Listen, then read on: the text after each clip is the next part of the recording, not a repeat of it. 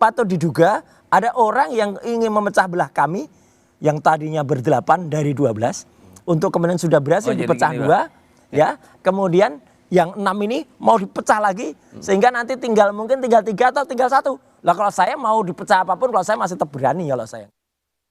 Saudara, jika sebelumnya kubu Roy Suryo sangat yakin jika Jokowi berupaya agar kasus ijazah ini tidak sampai ke pengadilan, kini faktanya Jokowi justru mengaku jika forum pengadilan sangat ia nantikan untuk membuktikan keaslian ijazahnya. Kita bahas bersama dengan kuasa hukum Roy Suryo, Bung Ahmad Kozinudin, dan juga Sekjen Projo, Bung Freddy Damanik, yang keduanya sudah hadir di studio Kompas Petang. Selamat sore, Bung. Sore. Selamat sore. Sore, Bung Yasir. Bung Freddy. Saya ke Bung Kozin dulu nih. Boleh.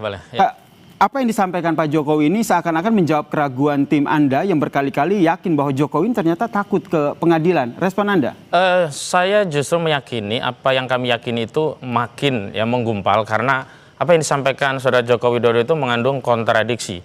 Setidaknya yang pertama, kontradiksi dengan visi politiknya bahwa dia butuh forum pengadilan, sehingga semestinya yang harus dia sampaikan adalah tidak ada maaf dan saya tunggu kalian di pengadilan. Kenapa demikian? Karena setelah dirinya memberikan maaf kepada 2 orang DHL dan ES, ternyata follow up tindakan hukumnya adalah restoratif justice, sehingga keduanya di SP3. Barang yang sudah SP3 itu tentu tidak akan mungkin sampai ke pengadilan. Artinya kalau dengan cara yang sama dia kemudian memberikan maaf, terjadi permaafan, lalu semua tersangka akhirnya di SP3, artinya itu kan bertentangan dengan visi untuk membawa ke forum pengadilan. Artinya sebenarnya Jokowi sedang berusaha untuk menghilangkan forum pengadilan itu dengan memberikan maaf jika nantinya ditindaklanjuti dengan restoratif justice dan penghentian. Yang kedua ada lagi, kontradiksinya adalah dengan pernyataan sejumlah relawannya. Relawannya selalu menyatakan bahwa khusus untuk 3 orang, Roy, Rismontiva, itu tiada maaf bagi ketiganya karena ketiganya menjadi sarana untuk sampai ke persidangan. Tapi tadi statementnya semua bisa atau berpotensi diberikan maaf walaupun secara hukum itu diserahkan kepada penyidik.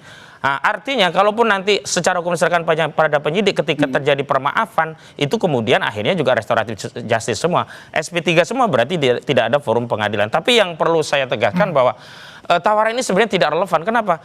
Tawaran memberikan maaf itu jika sebelumnya ada yang minta maaf, dan orang yang minta maaf itu jika ada keinsafan, ada kesalahan. Klien kami tidak pernah memiliki kesalahan, bahkan merasa benar berjuang karena sedang mengungkap masalah bangsa, dan yang paling penting tidak pernah ada permintaan maaf dari klien kami kepada Saudara Joko Widodo. Oke, tanggapan dari Bung Freddy.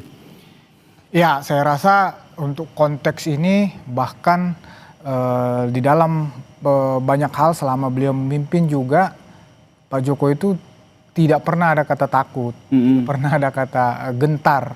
Jadi dan statement beliau itu juga konsisten, ya. Sejak awal dia bilang dia akan tampil, akan hadir di persidangan, akan menunjukkan bukti-buktinya. Kalau maaf itu juga dia konsisten sejak awal, selalu secara pribadi akan selalu memaafkan kalau ada yang minta maaf. Tetapi tetap juga konsisten bahwa memang untuk persis yang dibilang Bung Kozinudin tadi, ya ini kan ada 2 klaster ya. Nah, klaster kedua ini sedang berproses, ya sudah segera nanti akan kami percaya akan P21 dan memang tidak akan ada penyelesaian apapun itu secara baik-baik dan kekeluargaan yang akan menyelesaikan untuk restoratif justice untuk teroris. Oke, tapi tadi Anda bilang Pak Jokowi berani untuk menyampaikan itu di pengadilan, tapi kalau kita lihat ada beberapa hal yang disampaikan oleh kubu Roy Suryo, terutama Roy Suryo, bahwa kubu mereka beberapa kali sering diteror supaya terima restoratif justice. Apakah ini seakan memang betul ada upaya supaya kasus ini tidak sampai bergulir pengadilan? Ya, pertama itu kan kata Roy Suryo. Yang kedua, kalaupun itu Kenapa kalau kata Roy Suryo Anda tidak yakin begitu? Nggak percaya, saya nggak percaya omongan Roy Suryo. Yang kedua, kalaupun itu benar, siapa yang ngomong? Apakah orang-orang yang sering tampil ya dalam hal ini membela Pak Jokowi khusus kasus ijazah palsu ini, karena kami tahu persis ya kami ini ya satu suara satu statement bahwa memang tidak ada RJ buat teroris ini, dan itu juga atas tentu arahan dari kami dorong Pak Jokowi dan kami sudah membicarakan itu bahwa memang tidak ada RJ untuk teroris, itu clear. Kalau masalah maafkan itu urusan pribadi. Oke. Ya, kenapa kami relawan ya? Persis ini kan proses hukum. Proses hukum itu ya, ini kan tujuan hukum itu ada 3. Ya, pertama keadilan. Ini proses hukum ini harus memberikan keadilan bagi Pak Jokowi yang kami anggap dia sebagai korban di sini. Yang kedua, asas kemanfaatan hukum. Ini kemanfaatan hukum publik. Ya, masyarakat harus bisa melihat ini proses transparansi ini sehingga ini menjadi pembelajaran bagi publik bahwa tidak setiap orang gampang-gampang menghujat, menghina, memfitnah itu. Berarti, yang ketiga yang terakhir ini, ini kepastian hukum. Satu-satunya yang bisa memberikan kepastian hukum dalam proses ini adalah pengadilan dan Pak Jokowi akan hadir di situ. Oke, tadi untuk teroris tidak ya seperti yang disampaikan ya. Tidak. Tapi kalau untuk teroris tidak nih kata Bung Kozin. Tapi tadi juga disampaikan bahwa sebenarnya Bung Freddy sendiri nggak percaya apa yang disampaikan oleh Roy Suryo. Ya memang itu bukan berasal dari Bung Freddy gitu loh. Itu berasal dari sejumlah orang yang selama ini menjadi bagian pembela Joko Widodo. Saya sendiri dihubungi oleh teman saya dihubungi oleh Farhad Abbas yang menawarkan mengajak saya ke Solo. Tapi saya tegaskan saya jangankan ke Solo, ketemu Farhad Abbas saja kalau membahas soal itu saya tidak mau. Tapi lagi-lagi sebenarnya kan klaim tentang keadilan, kepastian dan kemanfaat itu kan klaim sepihak dari kubu Jokowi.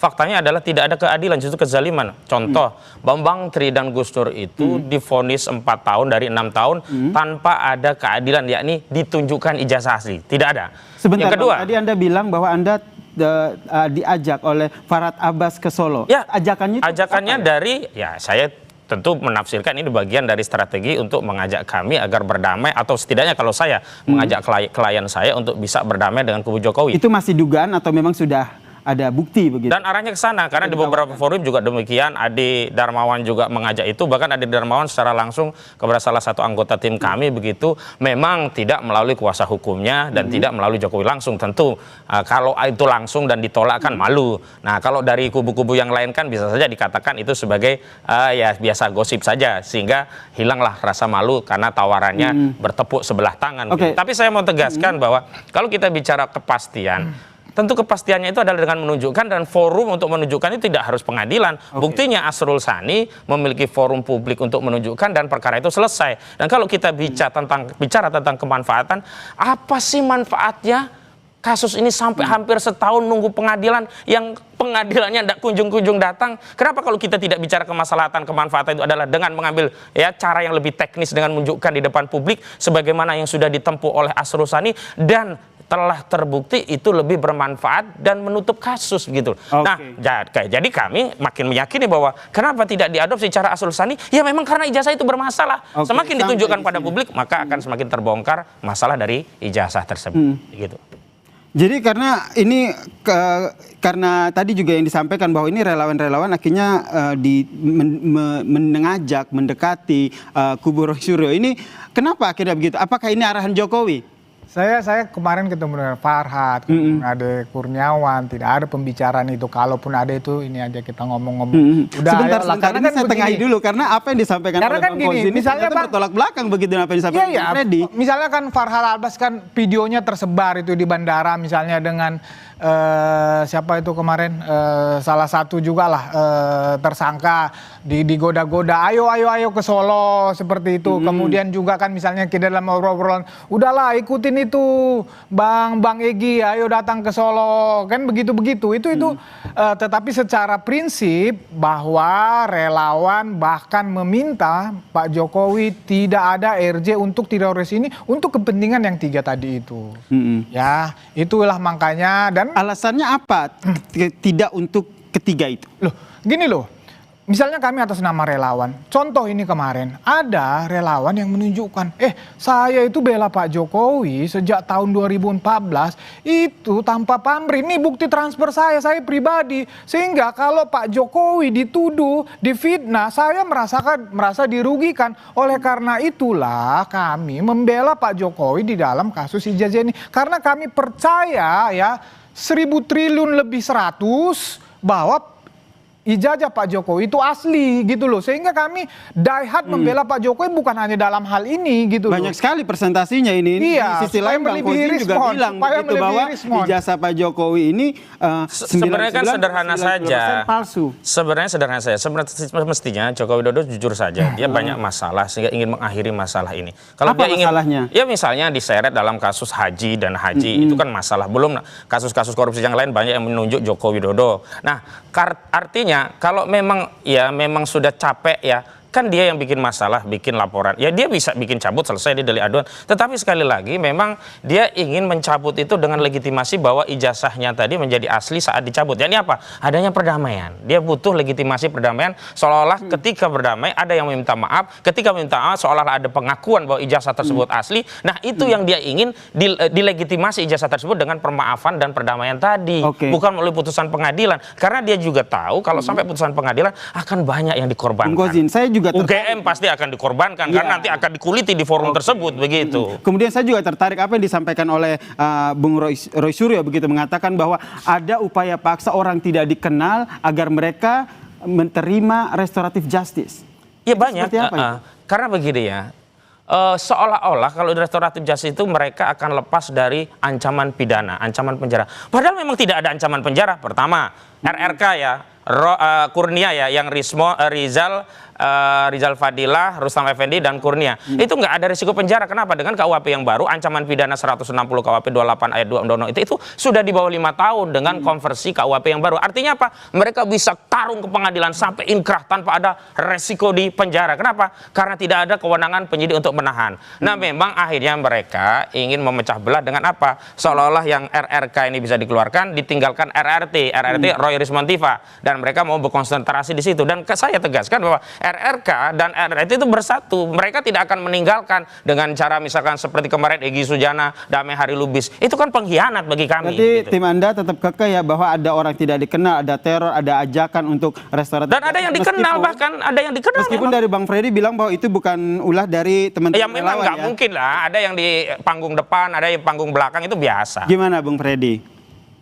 Ya saya nggak tahu kalau memang kawan-kawan itu seperti itu. Tapi kemarin saya ketemu sama orang-orang itu, kita satu suara bahwa tidak ada restoratif justice, tidak ada perdamaian untuk teroris ini. Ini memang harus sampai ke pengadilan. Kalau memang sampai ke pengadilan, memang kalau Pak Jokowi sendiri kan ingin sampai ke pengadilan menjadi forum untuk membuktikan keaslian ijazahnya. Lalu kenapa pada saat pengadilan di persidangan citizen lawsuit di Solo kemarin Pak Jokowi tidak hadir? Loh, itu kan forum yang berbeda. Beliau di situ ya melalui CLS yang sebelumnya sudah meskipun 3 kali pemanggilan ini ya? Ya bukan, itu kan pihak beda. Kemudian tidak ada Pak Jokowi gitu di situ dipanggil sebagai saksi. Tidak ada seperti itu. Itu gugatan perdata. Ya, lawyernya memang bisa membuktikan melalui misalnya bawa barang bukti, tetapi barang bukti itu sedang disita di pengadilan, kan begitu. Artinya secara strategi hukum kalau memang lawyernya itu bisa aja itu kerugian buat dia, tetapi memang barang bukti itu ijazahnya dan lain-lain itu kan berada di Polda, di penyidikan. Sama juga misalnya dengan waktu proses sidang KIP, kan sama prosesnya, itu barang di Polda Metro Jaya, barang bukti itu. Nah, tetapi kalau proses pidana ini Pak Jokowi itu sebagai pelapor, sebagai korban memang akan diperiksa. Nah, seiringan nanti dia diperiksa, maka nanti jaksa yang sebagai pihak mewakili negara, mewakili Pak Jokowi akan membuktikan itu nanti di depan persidangan. Nanti Pak Jokowi akan ditanya, benar ini dia janda, terus dan seterusnya. Nah, itulah forum yang tepat memang. Jadi pengadilan akan menjadi forum untuk Jokowi buka-bukaan soal ijazah. Sudah pasti nggak sih? Itu hipokrit saja. Karena begini, kalau forumnya itu pengadilan, tidak butuh forum pengadilan pidana. Justru forum pengadilan perdata di Surakarta itu memberi kewenangan keleluasaan bagi Joko Widodo untuk membuktikan ucapannya akan datang ke pengadilan membawa ijazah SD, SMP, SMA sampai S1 UGM kepada hakim untuk melegitimasi ijazahnya. Faktanya yang disita itu hanya SMA dengan S1. Setidaknya masih ada SD, SMP kalau memang dia komitmen mau menjadikan forum pengadilan untuk menunjukkan ijazahnya. Yang kedua, ini juga ada hipokrit bahwa itu delegitimasi oleh penyidik Polda Metro Jaya. Kenapa? Untuk kepentingan pembuktian, barang yang disita itu bisa dibawa ke majelis hakim. Kemarin saja untuk kepentingan gelar perkara khusus yang bukan persidangan itu bisa dibuka. Kenapa? Apa sulitnya meminjam barang bukti untuk dibuka, dikirimkan untuk proses persidangan menunjukkan bukti? Kami justru melihat jangan-jangan apa yang disita ini sebagai manuver untuk ditutupi agar tidak bisa ditampilkan di Solo. Sehingga dihentikan di Polda Metro Jaya dengan dalih itu barang bukti. Dan pada akhirnya yang ada di Polda Metro Jaya pun tidak akan sampai ke pengadilan. Kenapa? Perkara ini selesai di tengah jalan. Ini yang saya lihat gitu loh. Kenapa Bung Kozi ini tetap kekeh bahwa yakin betul bahwa perkara ini akan berhenti di tengah jalan. Padahal dari Bung Freddy sendiri bilang bahwa enggak, tidak. Jangan-jangan berharap kali. Nggak mungkin. Roy Suryo, Dr. Tifa dan simple loh, ini kan perkara ijazah. Kalau orang itu punya ijazah asli itu tidak butuh pengadilan, tidak butuh lawyer. Ini loh tidak pertanyaan butuh saya. Forum. Sebenarnya forum itu tidak butuh diciptakan oleh hukum, bisa diciptakan oleh Jokowi sendiri dengan mengundang para media, dia jelaskan, dia kasih tahu satu-satu seperti Asrul-Sani. Nah, hari ini kenapa saya yakin bahwa tidak sampai ke pengadilan? Kenapa? Karena sampai ke pengadilan itu membuat Joko Widodo ya ketahuan masalah yang sejatinya yang sebelumnya sudah diketahui oleh klien kami, baru dibuktikan di pengadilan. Pertanyaan saya, tidak sampai ke pengadilan, terus penyelesaiannya mekanismenya apa? Banyak sekali. Bisa jadi ya, kalau tanpa intervensi kekuasaan, Jokowi tiba-tiba cabut, selesai. Loh. Yang kedua, kalau tidak intervensi negara, meminjam otoritas negara lewat jaksa SKPP. Kalau jaksa nggak bisa, lewat mahkamah Jaksa Agung dengan deponering. Kalau nggak bisa, nanti minjam tangan presiden dengan memberikan abolisi. Itu kan sudah menjadi wacana di mana-mana. Nah, sebenarnya kalau memang ya tidak mau membebani negara dan memang ketakutan, ya hentikan dengan gentle, jangan satu sisi seolah-olah pengen ke pengadilan, sisi yang lain tuh ngerayu-ngerayu. Ya emang udah, seperti itu ya Bung Ferdi, ada ketakutan di situ. Jadi gini, justru kami sebaliknya, justru kami mendesak, meminta penyidik untuk segera menahan teroris ini, bukan mendesak Polri untuk menghentikan perkara ini. Nah, kan menahan kan nggak membuktikan, berarti kan ada motif jahat. Harusnya mendesak membuka bukti di pengadilan, bukan menahan orang. Bukan untuk menghentikan. Nah, saya percaya 1 bulan atau 2 bulan ke depan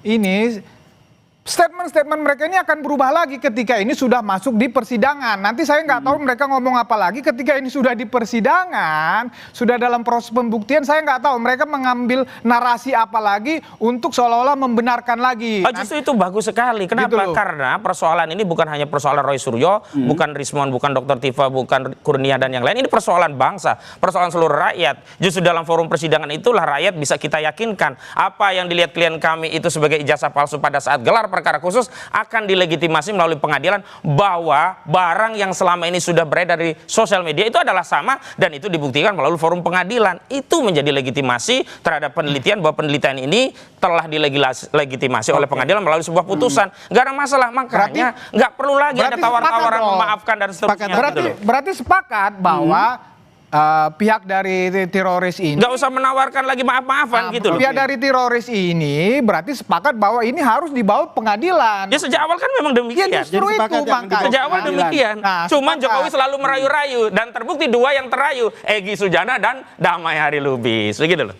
Betul, terayu. Tidak pernah ada Jokowi merayu-rayu, tanya aja itu Egy. Memang Jokowi tidak, tetapi relawannya melalui relawan Joko Widodo yang mendatangi Bogor, Egy Sujana, baru dibawa ke Solo, begitu loh. Betul begitu Bang Freddy. Tidak pernah ada. Kemarin kami ketemu bahwa bukan beliau yang melakukan itu, Rejo Rahmat. Rahmat Sekjen Rejo datang ke Bogor, ngomong sama Egy Sujana, di follow up kedatangan mereka ke Solo, diceritakan kronologisnya. Ditawarin sama Farhad begitu. Ya, Farhad ke saya lewat Yasin teman saya. Nah, begitu kita tolak, katanya itu mah gimmick-gimmick saja. Iya, karena sudah ditolak. Coba kalau di follow up, jadi itu barang. Oke. Terakhir Bung Freddy, Anda pasti akan yakin bahwa dalam persidangan nanti Joko Widodo akan menunjukkan ijazahnya. Iya, kami yakin 100.000% bahwa Jokowi akan Banyak sekali. Iya, supaya jangan kalah dari Bung Rismon dan kawan-kawan ini persentasenya. Jadi memang satu-satunya jalan memang harus diputus ke pengadilan supaya ada kepastian hukum, supaya publik tercerahkan. karena Pak Jokowi di sini sangat dirugikan. Karena Supaya dia kasus ini nggak berhenti atau nggak berlanjut sampai 1 Iya, tahun ya. sebetulnya sama dengan kata Tapi itu Bung Kozinudi. disepakat, tapi pernyataan ini penyesatan. Kenapa? Kalau saat di sidang pidana yang menunjukkan bukti itu bukan Jokowi lagi tapi jaksa. Kan tadi sudah Nah, saya kalau mau jelaskan menunjukkan itu. oleh Jokowi itu di sidang perdata di Kan tadi Solo. saya sudah Ditunggu jelasin di Solo begitu. begitu. Saya udah jelasin Oke, begitu melalui oke Bang jaksa Freddy, tadi. oke Bang Ya, Kozinudi, yang sama-sama. jelas apa yang disampaikan oleh Joko Widodo menyatakan bahwa pada saat persidangan ia akan menyampaikan ijazah aslinya. Itu yang kita nantikan bersama. Iya, dan di Solo ada forumnya. Kita tunggu. Oke, Ya. kita sepakat di situ ya, Bung Ya, Kozinudi. oke, Oke, saya kita sepakat di situ ya, Bung Sepakat. Freddy. Terima kasih Bung Freddy Damanik, Sekjen Projo, dan juga Ahmad Kozinudin, Ya, pengacara sama-sama. Roy Suryo telah bergabung bersama kami di Kompas Petang. Dan saudara, Kompas Petang akan hadir dengan informasi penting dan menarik lainnya usai jeda. Di antaranya,